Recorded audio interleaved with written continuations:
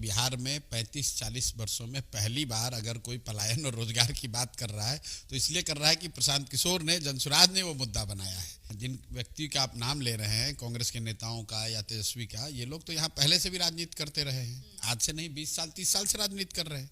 इनके मुंह से तो कभी आपने पलायन की बात नहीं सुनी। तो ये ज्ञान, ये इनलाइटनमेंट जो इनको हुआ है, ये तो जनसुराज के आने के बाद शुरू हुआ है, जब हमने शुरू किया है कि बिहार का सबसे बड़ा मुद्दा पलायन है। बिहार का सबसे बड़ा मुद्दा यहाँ की ध्वस्त शिक्षा व्यवस्था है। आप राहुल गांधी का, तेजस्वी यादव का कोई मुझे भाषण सुना दीजिए, लोकसभा चुनाव लोग लड़े हैं, किसी भाषण में इन्होंने पलायन की बात करी हो, किसी भाषण में इन्होंने ध्वस्त शिक्षा व्यवस्था की बात की हो। अब इनको लग रहा है कि अरे प्रशांत किशोर और जनसुराज में इतने लोग पलायन के नाम पर जुड़ रहे हैं तो हम भी कर ले।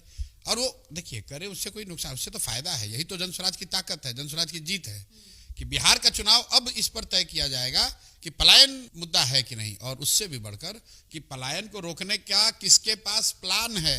प्रशांत किशोर और जनसुराज बता रहे हैं कि पलायन कैसे रुकेगा, और जैसे आज इन्होंने पलायन का मुद्दा उठाया है, वैसे एक ऐसा भी समय आएगा कि हमारे प्लान को भी उठाकर कहेंगे कि हाँ यही प्लान है जिससे पलायन रुकेगा। महत्वपूर्ण बात यह है कि बिहार में लोकतंत्र सक्रिय हुआ है, लोकतंत्र की ताकत बढ़ी है, और जनता के मुद्दों पर बात हो रही है। वो इसलिए हो रहा है कि जनसुराज यहाँ पर आया है, एक नया विकल्प आया है। अच्छा है, खराब है, आपको पसंद है नहीं पसंद है, लेकिन जनसुराज है तो इन मुद्दों की बात हो रही है। वरना बात ये होती कि राजद को कौन हराएगा, भाजपा को कौन हराएगा, इसके अलावा कोई बात ही नहीं होती, और जनता भी घर में बैठी रहती कि भैया विकल्प तो कोई है नहीं।